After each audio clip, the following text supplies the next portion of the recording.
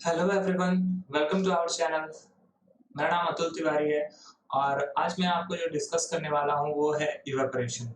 इसके पहले मैंने आपको स्टेट ऑफ मैटर के बारे में बताया है, इंटरकन्वर्सन ऑफ स्टेट ऑफ मैटर के बारे में बताया है और उसी में मैंने एक टर्म बताया था आपको इवेपोरेशन और ये भी बताया था कि हम लोग नेक्स्ट वीडियो में इवेपोरेशन के बारे में डिस्कशन करेंगे।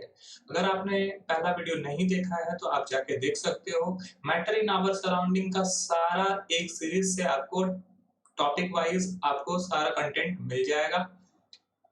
अभी हम लोग बात करने वाले हैं इवेपोरेशन के बारे में। तो इवेपोरेशन क्या है? What is evaporation?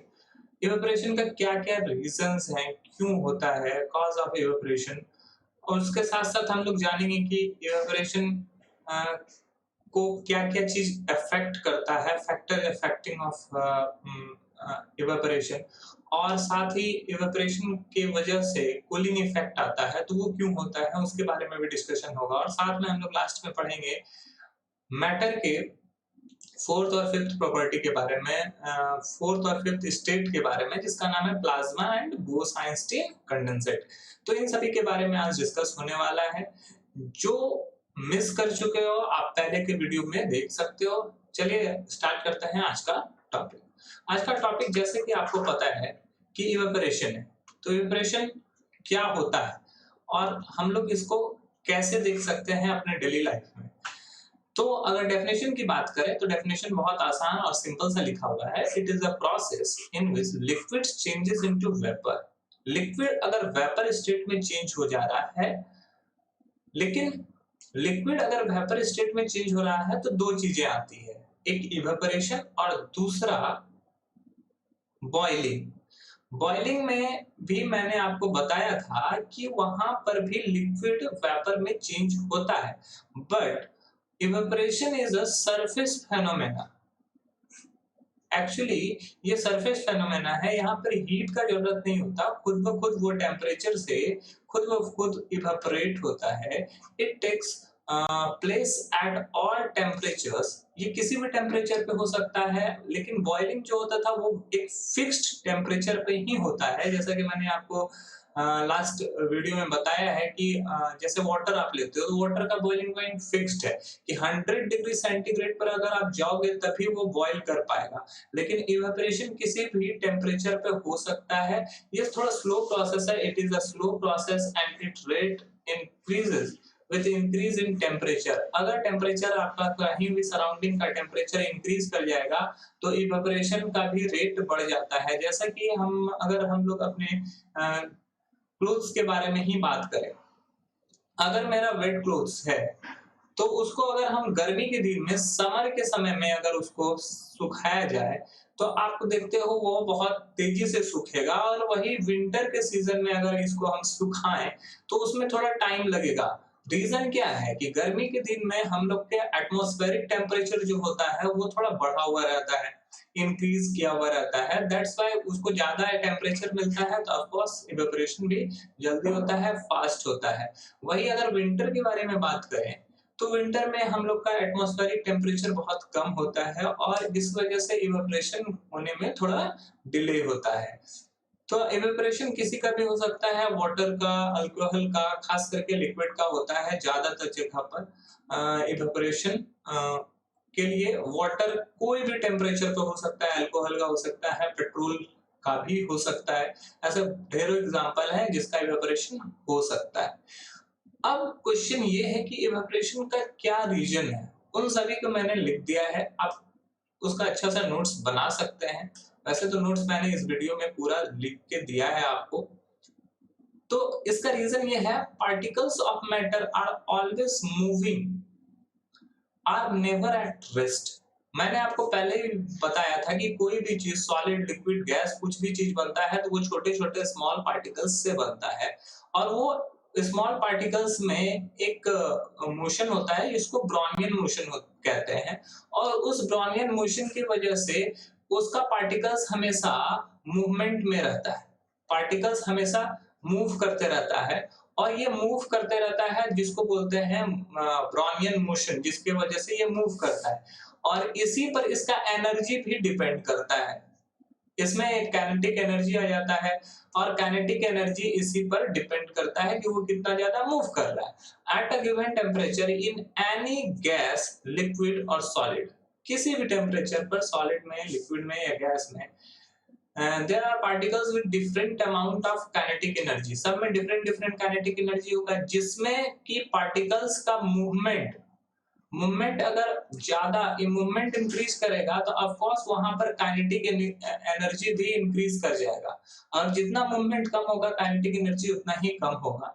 In case of liquid, liquid के केस में भी कुछ ऐसा ही होता है। Small fraction of particle are at a surface. जब सरफेस पर कोई भी पार्टिकल्स रहता है तो उसमें क्या होता है कि वो फ्रैक्शन की वजह से मूवमेंट थोड़ा बढ़ता है और थोड़ा सा हीट भी बढ़ जाता है।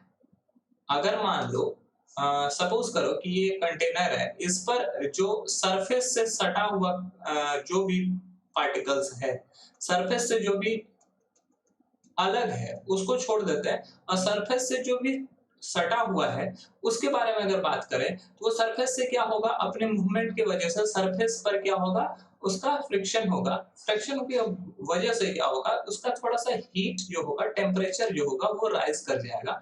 टेम्परेचर राइज जैसे ही होगा तो काइनेटिक एनर्जी भी ऑफ कोर्स थोड़ा सा बढ़ जाएगा।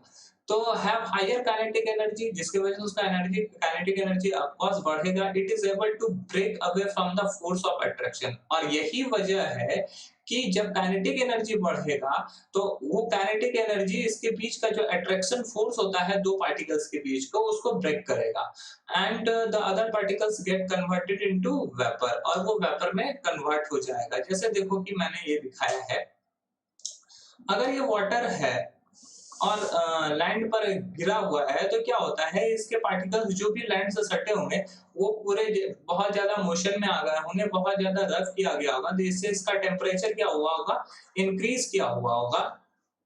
टेम्परेचर जैसे ही इंक्रीज हुआ, इसका काइनेटिक एनर्जी, इसका मोशन क्या हो गया, बढ़ गया। और काइनेटिक एनर्जी जैसे ही बढ़ा तो इसके बीच का जो इंटरमॉलिक्यूलर स्पेस है वो भी बढ़ जाएगा, क्योंकि अट्रैक्शन फोर्स, काइनेटिक एनर्जी बढ़ाता है तो अट्रैक्शन फोर्स को वो कम कर देता है। अट्रैक्शन फोर्स इसके बीच का जो होगा, काइनेटिक एनर्जी बढ़ने से अट्रैक्शन फोर्स घटेगा। अट्रैक्शन फोर्स जैसे ही घटेगा ऑफ कोर्स उसका बीच का जो इंटरमॉलिक्यूलर स्पेस है वो बढ़ जाएगा। इंटरमॉलिक्यूलर स्पेस जो है वो इंक्रीज करेगा, और जितना ज्यादा इंटरमॉलिक्यूलर स्पेस बढ़ेगा वो उसी तरह लिक्विड से गैसियस स्टेट में या वेपर स्टेट में कन्वर्ट हो जाएगा। ओके, अब इसके क्या क्या फैक्टर है जो इसको अफेक्ट करते हैं, तो सबसे पहले फैक्टर के बारे में बात करें। फैक्टर है अफेक्टिंग ऑफ इवेपोरेशन। इवेपोरेशन को कुछ कुछ फैक्टर्स हैं जो इफेक्ट करते हैं, जैसे कि मैंने अभी आपको थोड़ी देर पहले बताया था कि टेम्परेचर बहुत बड़ा फैक्टर है। टेम्परेचर बढ़ने से इवेपोरेशन बढ़ जाता है, या टेम्परेचर घटने से इवेपोरेशन घट जाता है। ऐसे भी कहीं और भी कुछ कुछ फैक्टर्स हैं जिससे इवेपोरेशन घटता या बढ़ता है। तो ऐसा लिखा गया है, the rate of evaporation increase with increase of surface area. मतलब कि अगर छोटा सा एरिया है वहां पे इवेपोरेशन का रेट थोड़ा कम होगा, लेकिन अगर फील्ड बड़ा है, अगर ज्यादा प्लेस है, इवेपोरेशन ऑफ कोर्स क्या होगा, थोड़ा जल्दी हो जाएगा। सपोज करो कि कहीं एक जगह पर वाटर गिरा हुआ है, थोड़ा सा कम एरिया में पानी गिरा हुआ है, तो वो उस पानी को सूखने में थोड़ा मुश्किल होगा। लेकिन वही पूरे लैंड में वही पानी को थोड़ा सा फैला दिया गया, पोंछ दिया गया, वो तो उसका इवेपोरेशन जल्दी हो जाएगा। सिंपल सा चीज समझो कि अगर कहीं तालाब में पानी रखा हुआ है, कोई तालाब है और उसमें पानी है, तो वो आसानी से वो जल्दी सूखेगा नहीं। लेकिन वही उस तालाब का पानी पूरे लैंड में, पूरे फील्ड में फैला हुआ हो, ये पूरा फील्ड में कहीं पे पानी जमा हुआ हो, तो उस फील्ड के पानी का इवेपोरेशन जल्दी होगा, जबकि उस खास करके उस पॉन्ड के इवेपोरेशन थोड़ा लेट से होगा। ऐसे देखोगे और भी बहुत सारे हैं, जैसे कि कुआं, वॉल को अगर देखोगे, वॉल में पानी रहता है, गर्मी के दिन में भी पानी रहता है, जबकि आप ऐसे जगह के नॉर्मल जगह पे अगर कहीं पर देखोगे, नॉर्मल मिट्टी पर देखोगे तो वहां पर आपको ऐसा कुछ भी नहीं दिखेगा। तो ये ऐसा बोल सकते हैं कि सरफेस एरिया अगर इंक्रीज करता है और तो इवेपोरेशन भी इंक्रीज करेगा। ये एक दूसरे के डायरेक्टली प्रोपोर्शनल हो सकता है कि जितना सरफेस एरिया बढ़ रहा है उतना इवेपोरेशन बढ़ेगा। सरफेस एरिया कम है तो बहुत सारे एग्जांपल है इसमें, जैसे कि अगर आप कोई क्लोथ्स है, अगर वो भींगा हुआ है तो उसको अगर हम ज्यादा अच्छा से फैलाएं तो वो जल्दी सूख जाएगा, और अगर उसको हम थोड़ा समेट के फैलाए तो उसको सूखने में थोड़ा टाइम लगेगा। तो ऐसे बहुत सारे एग्जाम्पल हैं जिससे आप इस चीज को देख सकते हो। जितना सरफेस एरिया बढ़ाओगे, घर में भी ऐसा देख सकते हो, वाटर गिरा हुआ है, थोड़ा सा स्पेस में है वो वाटर, तो उसको सूखने में टाइम लगेगा। वही वाटर को आप चारों तरफ उस फ्लोर पर अगर फैला दोगे तो वो जल्दी इवेपोरेट हो जाएगा। तो जितना सरफेस एरिया बढ़ाते हैं इवेपोरेशन उतना तेजी से हो जाता है। अब सेकंड इफेक्ट कौन करता है? The rate of evaporation increase with an increase of temperature। Temperature बढ़ने से of course टेम्परेचर अगर इंक्रीज करेगा तो हम लोग को पता है कि इवेपोरेशन भी इंक्रीज होगा। ये हम लोग बोल सकते हैं कि evaporation is directly proportional to the temperature. Evaporation जो होगा वो टेम्परेचर के डायरेक्टली प्रोपोर्शनल है। टेम्परेचर जितना इंक्रीज करेगा उतना इवेपोरेशन भी इंक्रीज होगा। ओके, इसका एग्जांपल कैसे देख सकते हो आप? इसका एग्जांपल आप बहुत तरीका से देख सकते हो। जैसे कि अभी मैंने क्लोथ्स के बारे में आपको 2-3 बार बताया है कि अगर क्लोथ्स अगर समर के सीजन में अगर करते हो और विंटर में अगर करते हो तो विंटर में जल्दी वो ड्राई होगा, सॉरी विंटर में वो लेट में ड्राई होगा और समर में वो जल्दी ड्राई होगा, क्योंकि एटमॉस्फेरिक टेम्परेचर इसका बहुत ज्यादा होता है और विंटर का एटमॉस्फेरिक टेम्परेचर कम होता है। तो इसलिए ऐसा देखने को मिलता है। और भी बहुत जगह देख सकते हो, अगर कहीं पर किसी रूम में अगर रूम टेम्परेचर कहीं पे किया हुआ है और उस रूम में क्या है, किसी रूम में आप एयर कंडीशनर लगा हुआ है, एसी लगा हुआ है, उस रूम में कोई चीज रखा हुआ है, कोई भींगा हुआ कुछ भी, आपका हैंकी हो सकता है या फिर कुछ भी, वहां पे अगर वाटर गिरा है और बाहर किसी एरिया में गिरा हुआ है जहां पर एसी वगैरह नहीं लगा हुआ है, उस एरिया में कोई वाटर है, तो आप देखोगे ध्यान से तो एसी जिस रूम में लगा हुआ है उस रूम का जो क्लोथ रखा हुआ है या जो भी चीज भीगा हुआ है उसको सूखने में थोड़ा टाइम लग रहा है, जबकि बाहर में जो भी चीज है वो जल्दी इवेपोरेट हो जा रहा है। उसका रीजन ये है कि बाहर का टेम्परेचर थोड़ा ज्यादा है, एसी की वजह से किसी रूम का टेम्परेचर कम है, और टेम्परेचर कम होने की वजह से इवेपोरेशन थोड़ा स्लो हो रहा है। और अगर उसी चीज को अगर बाहर रखेंगे तो एसी की वजह से एसी का उस पर कोई इफेक्ट नहीं पड़ रहा और वो आसानी से इवेपोरेट हो जा रहा है। तो ऐसे ऐसे भी कंडीशन आपको देखने को मिल सकते हैं। इसके अलावा एक और चीज देखते हैं, the rate of evaporation increase with decrease in humidity. अगर ह्यूमिडिटी अगर बढ़ती है तो इवेपोरेशन का रेट घट जाएगा। एक्चुअली होता है जितना ह्यूमिडिटी बढ़ेगा इवेपोरेशन घट जाएगा, क्योंकि इवेपोरेशन क्या होता है, ह्यूमिडिटी क्या होता है उसको पहले समझो। ह्यूमिडिटी होता है कि एटमॉस्फेयर में कितना वाटर वेपर प्रेजेंट है, उस चीज को ह्यूमिडिटी बोलते हैं। अगर ह्यूमिडिटी अगर एटमॉस्फेयर में वाटर वेपर का क्वांटिटी बहुत कम होगा तो ह्यूमिडिटी इसका मतलब कम है, और अगर यहाँ पर वाटर वेपर का एटमॉस्फेयर में ज्यादा क्वांटिटी है तो उसका मतलब है ह्यूमिडिटी ज्यादा है। आप देखोगे बरसात के समय में खास करके जो मानसून सीजन होता है उस सीजन में कपड़े वगैरह को सुखाना थोड़ा मुश्किल हो जाता है। रीजन क्या है, उस समय इवेपोरेशन बहुत रुक जाता है, उस समय ह्यूमिडिटी बहुत बढ़ जाता है। रीजन क्या है, एटमॉस्फेयर में वाटर वेपर का क्वांटिटी बढ़ा हुआ रहता है। वाटर वेपर की वजह से ये टेम्परेचर जो होता है ना वॉट इस एटमॉस्फेयर का, वो थोड़ा सा इंक्रीज करने के बजाय इंक्रीज नहीं करता। अगर टेम्परेचर वाटर वेपर की वजह से इंक्रीज कर जाता तो इवेपोरेशन ऑफ कोर्स इंक्रीज करता, लेकिन वाटर वेपर का एटमॉस्फेयर में कंडीशन ज्यादा होता है तो उससे टेम्परेचर तो डिक्रीज ही करता है, लेकिन गर्मी आपको थोड़ा और ज्यादा रहेगा, वो जिसको उमस बोलते हैं। तो इस तरह से यहाँ पर आप देखते हो कि ह्यूमिडिटी जब एटमॉस्फेयर में वाटर वेपर का क्वांटिटी बढ़ जाएगा तो इवेपोरेशन रुक जाता है। ये रुक जाता है या उसका रेट कम हो जाता है। तो ये है rate of evaporation increase with decrease in humidity. इसके अलावा एक और है जो इवेपोरेशन को इफेक्ट करता है। The rate of evaporation increases with an increase in wind speed. जितना हवा तेज से चलेगा उतना तेजी से इवेपोरेशन होगा। अगर हवा धीरे चल रहा है तो इवेपोरेशन ऑफ कोर्स धीरे ही होगा। जैसा कि आपको क्लोथ्स के बारे में बताया गया, या फिर और भी कहीं पर आप घर में अगर देखते हो, घर में अगर आपके स्वाइप किया गया है, पोछा मारा गया है, तो अगर हम लोग उस समय फैन को ऑन कर दिया जाता है, बहुत लोग फैन को ऑन कर देते हैं। इससे क्या होता है कि फैन के हवा से वो तेजी से इवेपोरेट होता है, जबकि अगर आप उसको नॉर्मल सिर्फ ऐसे ही छोड़ देते हो तो वो आसानी से धीरे-धीरे इवेपोरेट होता है।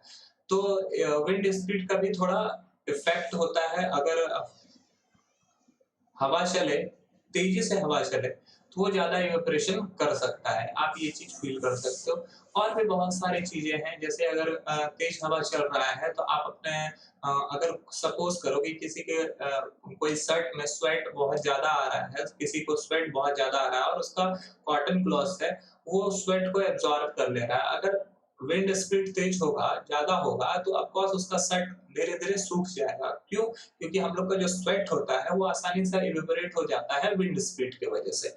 तो ऐसा बहुत सारे एग्जांपल आप देख सकते हैं। नाउ एक और चीज हम लोग को समझना है, how does evaporation cause cooling. Evaporation की वजह से कूलिंग इफेक्ट होता है, उसका रीजन क्या है, क्यों हो जाता है। तो इन एन ओपन वेसल, जब आप खुले बर्तन में किसी चीज को करते हो, the liquid keeps on evaporating. उस समय लिक्विड क्या होता है, इवेपोरेट होते रहता है। The particles of liquid absorb energy from the surrounding to regain the energy lost during evaporation.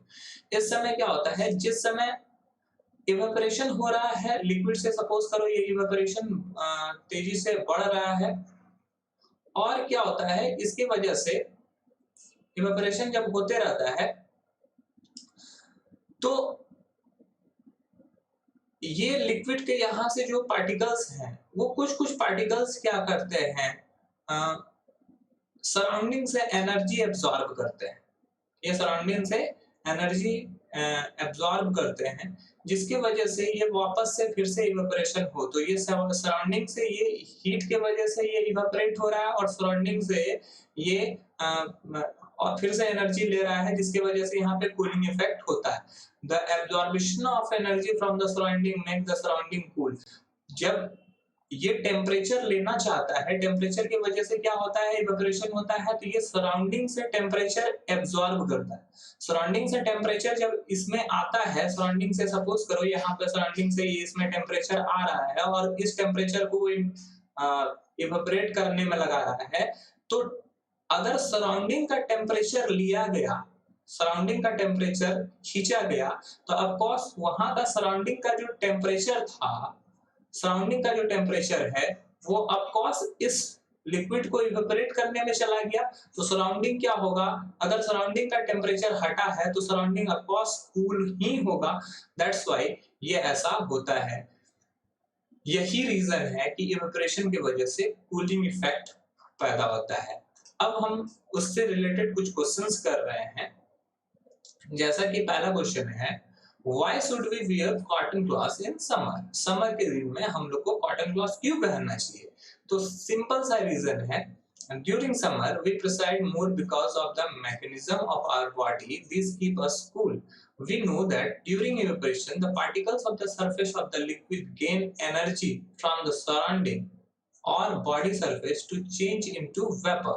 The heat energy equal to the latent heat of the vaporization is absorbed by the body, leaving the body cool. Cotton, being a good absorber of the water, help to absorbing the sweat and exposing the atmosphere from easy evaporation. Simple सा चीज है, बहुत easy word में है।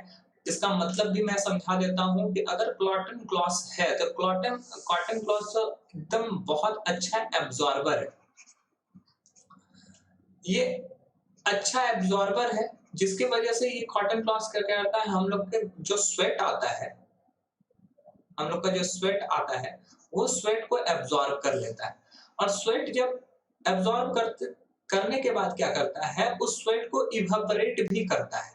कहां से evaporate करेगा, कैसे एनर्जी लाएगा, तो वो हीट एनर्जी लाता है। कहां से एनर्जी लाता है, तो हम लोग के बॉडी से, हम लोग का जो बॉडी होता है वो उसको हीट देता है, बॉडी से हीट लेता है। और कहां से हीट लाता है, सराउंडिंग से, सराउंडिंग से वो उसको हीट मिलता है। तो दोनों चीज, उसको हीट एनर्जी कहां से मिल रहा है, या तो हम लोग के बॉडी से या तो हम लोग के सराउंडिंग से। तो सराउंडिंग और बॉडी से अगर हीट निकल रहा है तो ऑफ कोर्स बॉडी कूल होगा और सराउंडिंग भी कूल होगा। लेकिन सराउंडिंग बहुत बड़ा है जिसके वजह से हम लोग को सराउंडिंग के बारे में पता नहीं चलता। लेकिन हम लोग का बॉडी से अगर टेम्परेचर रिलीज होता है तो हम लोग का बॉडी ऑफ कोर्स कूल होता है और हम लोग को उस समय समझ में आता है, रिलीफ मिलता है। क्योंकि जब आपको स्वेटिंग होता है, जब आपको आपको हल्का सा भी एयर, विंड स्पीड, कुछ भी थोड़ा सा एयर भी ब्लो होगा तो आपको अच्छा लगेगा। रीजन यही है। और गर्मी के दिन में अगर स्वेटिंग हो रहा है और आप कॉटन क्लॉथ कर रहे हैं, पहने हुए हैं, तो वो ऑफकोर्स इवेपोरेट होगा just because of our body temperature.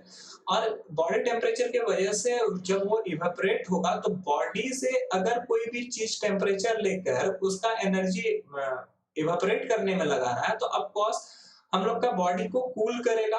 That's why हम लोग को कॉटन क्लॉथ ही पहनना चाहिए क्योंकि वो अच्छा अब्जॉर्बर है। अगर एब्जॉर्ब अच्छे से नहीं होगा, अगर आप लिनन क्लॉथ पहनते हैं उसमें स्वेट एब्जॉर्ब नहीं करता है तो आपका स्वेट एब्जॉर्ब नहीं होगा। और स्वेट एब्जॉर्ब नहीं होगा तो वो इवेपोरेट भी नहीं होगा, ना ही कूलिंग इफेक्ट छोड़ेगा। तो यही रीजन है कि हम लोग को समर के दिन में कॉटन क्लॉथ पहनने चाहिए। अब कुछ और भी क्वेश्चंस है। जैसे दूसरा क्वेश्चन है, why do we see water droplet on the outer surface of glass containing ice cold water? Simple सा चीज है। जैसे देखो, मैंने कि एक फिगर दिखाया है कि अगर आप एक ग्लास लेते हो और उस ग्लास में आप आइस क्यूब डाल रहे हो, उस ग्लास में आप बहुत सारा आइस क्यूब डाले हो, तो कुछ देर के बाद देखोगे, अगर आप एटमॉस्फेयर देखोगे तो बाहर में कुछ वाटर ड्रॉपलेट आपको दिखाई पड़ेगा। ऐसा ही कुछ वाटर ड्रॉपलेट आपको दिखने को मिलेगा जैसा कि यहाँ पे मैंने दिखाया है। तो उसका रीजन क्या है, let us take some ice cold water in tumbler, soon we will see the water droplet of the outer surface of the tumbler. वो आउटर सरफेस पे आप क्यों दिखेगा, the water vapour present in air on coming in contact with the cold glass of water loses energy and get converted into liquid state which we say as water droplet। अब क्या है कि जब आप, हम लोग को ये सभी को पता है कि यहाँ पर वाटर वेपर एयर में, वाटर वेपर एटमॉस्फेयर में क्या हो रहा है, घूम रहा है, चारों तरफ घूम रहा है। तो अगर आप हम कहीं पे ग्लास निकाल के रखें तो इस ग्लास की वजह से क्या हो रहा है, ये जो आइस है वो आइस इसके ग्लास के सरफेस को भी क्या कर रहा है, कूल कर दे रहा है। ठीक है। और वाटर वेपर क्या है, वाटर वेपर का ऑफकोर्स ये वेपर स्टेट में है तो इसका काइनेटिक एनर्जी क्या हुआ है, बढ़ा हुआ है। और इसका टेम्परेचर भी क्या हुआ है, बढ़ा हुआ है। अगर ये गैसियस स्टेट में है तो उसका टेम्परेचर और काइनेटिक एनर्जी ऑफकोर्स बढ़ा हुआ है। और ये लिक्विड या सॉलिड स्टेट में है तो इसका काइनेटिक एनर्जी बहुत कम है और इसका टेम्परेचर भी कम है। टेम्परेचर इसका कम है, टेम्परेचर लो है। ठीक है, मतलब कि इसका मतलब ये कूल है और ये थोड़ा सा हॉट है।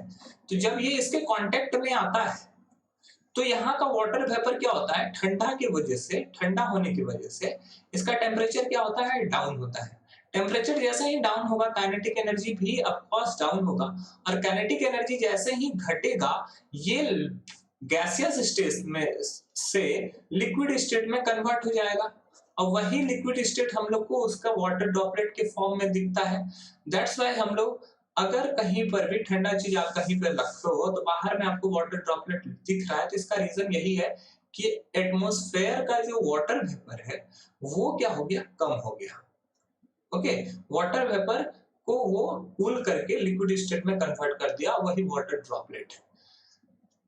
एक कुछ और क्वेश्चन है, देखते हैं। एक क्वेश्चन है, why does a desert cooler cool better on a hot dry day? अगर बात करते हैं डेजर्ट का, तो वहां पर गर्मी के दिन में ज्यादा ठंडा पड़ता है, इसका रीजन क्या है?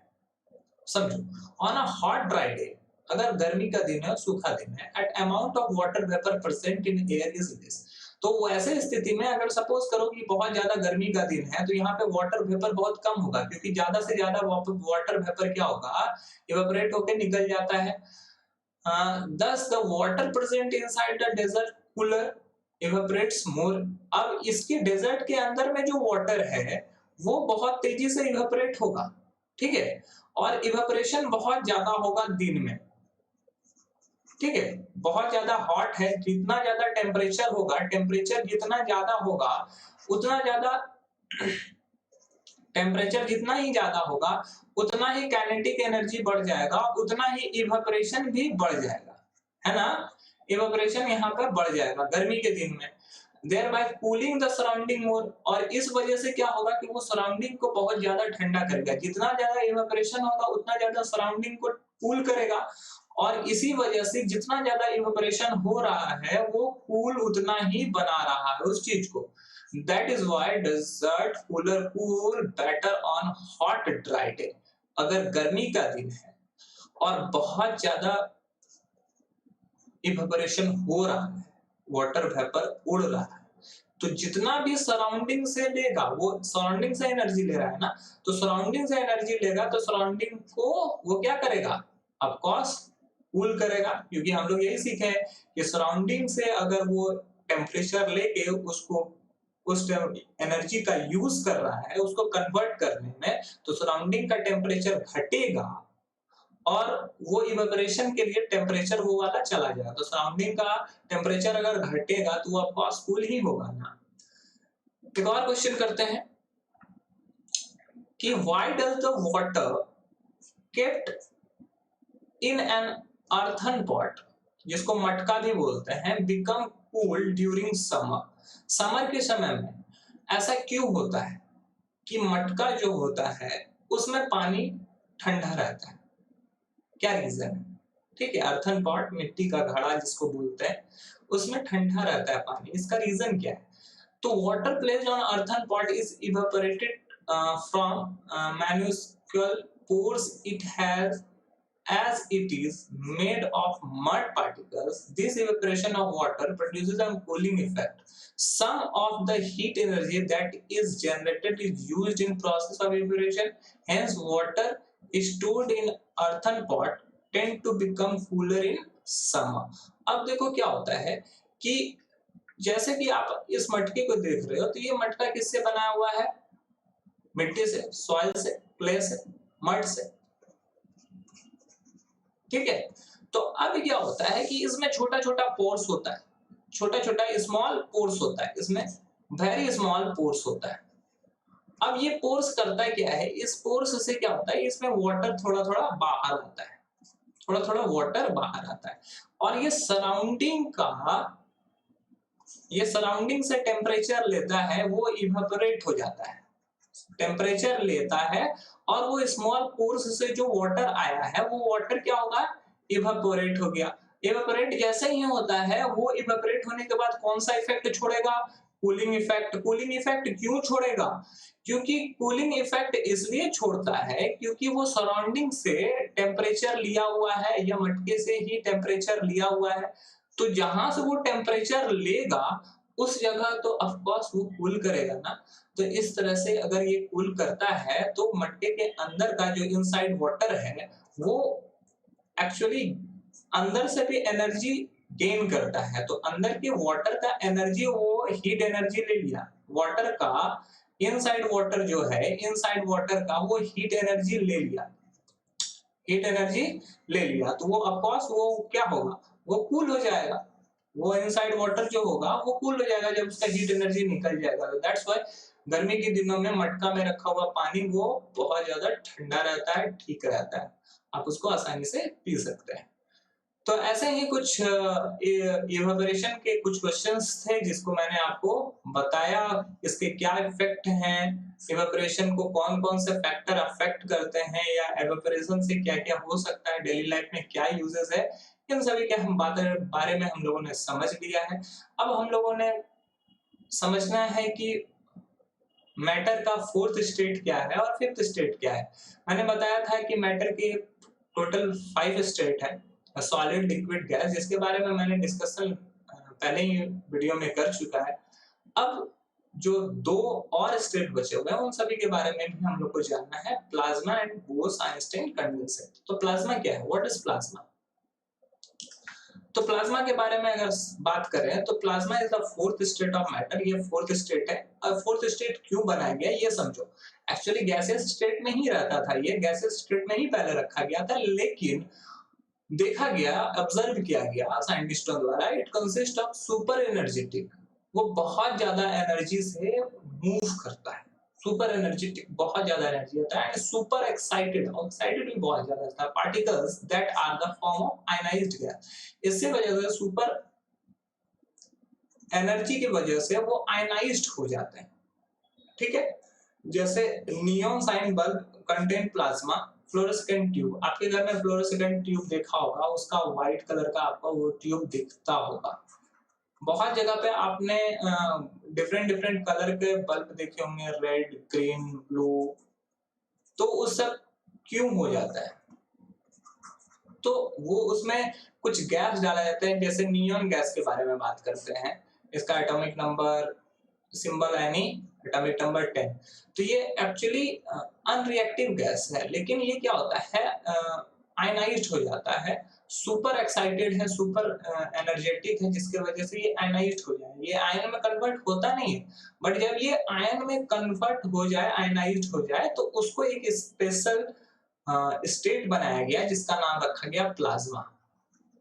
ओके, इसके बारे में कोई ज्यादा जानकारी है नहीं, मेनली हम लोग को सॉलिड, लिक्विड, गैस के बारे में जानना था, बट एक्चुअली ये भी होता है और ये सुपर एक्साइटेड है। जितना भी बल्ब ग्लो करता है, अगर वो डिफरेंट डिफरेंट कलर दे रहा है तो वो समझ जाओ वो वहां पर प्लाज्मा प्रेजेंट है। और मैटर का लास्ट टॉपिक जो है हम लोग जानने वाले हैं वो है बोस-आइंस्टाइन कंडेंसेट। शॉर्ट फॉर्म में इसका नाम है बीईसी। बीईसी को डिस्कवर किया था Satyendra Bose and Albert Einstein ने मिलकर 1920 के आसपास में। तो बोस, सत्येंद्र बोस का ही ये खोज था, उसी को आगे एल्बर्ट आइंस्टीन ने लेकर गया था।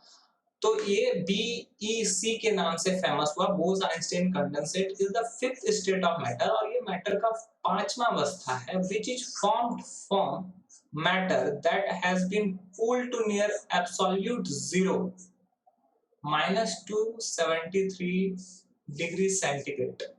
मतलब कि अगर इसको 0 केल्विन पर गर्म किया जाए, 0 केल्विन पर लेते जाए, अगर कहीं पर लिखा हुआ है 0 डिग्री सेंटीग्रेड तो इसका मतलब होता है 273 केल्विन। कहीं पर लिखा हुआ है 1 डिग्री सेंटीग्रेड तो इसका मतलब है 273 प्लस 1 274 केल्विन। तो एक्चुअली अगर उसको एब्सोल्यूट जीरो टेम्परेचर पर ले जाया जाए, मतलब कि कूल किया जाए, वरना group of atom is cooled to very low temperature, और उसको बहुत ज्यादा ठंडा किया जाए, वो किसी भी ग्रुप के एटम को बहुत ज्यादा ठंडा किया जाए तो उसका वेलोसिटी डिक्रीज हो जाएगा। The velocity decrease because they have low energy. उसका एनर्जी इतना घट जाएगा, उसका मॉलिक्यूल्स इतना करीब आ जाएगा, इतने नजदीक आ जाएंगे, उसका वेलोसिटी एकदम बिल्कुल भी इतना घट जाएगा, और वेलोसिटी जितना घटेगा उसका एनर्जी क्या होगा, उतना ही डिक्रीज करेगा। मैंने आपको बताया कि जितना कम मूवमेंट होगा उतना कम एनर्जी होगा, और उसका मूवमेंट जितना घटेगा काइनेटिक एनर्जी भी घट रहा है। तो so this cause of individual atom to overlap each other forming a single super atom which is called all it consisting atom sharing a single energy state। तो इससे क्या होगा, जब ये एक दूसरे के बहुत नजदीक आ जाएगा, बहुत नजदीक हो जाएगा, फिर भी इसका टेम्परेचर घटते जाएगा, तो क्या होगा, एटम एक दूसरे को ओवरलैप करना शुरू कर देंगे, एक दूसरे के ऊपर चढ़ना शुरू हो जाएगा, और जब ये ओवरलैप कर करके एक नया बड़ा सा एटम बना लेगा, जो कि फिफ्थ स्टेट कहलाएगा, फिफ्थ स्टेट कहलाता है, जिसका नाम पड़ा है साइंटिस्ट के नेम पे Bose Einstein condensate, short form में बीईसी।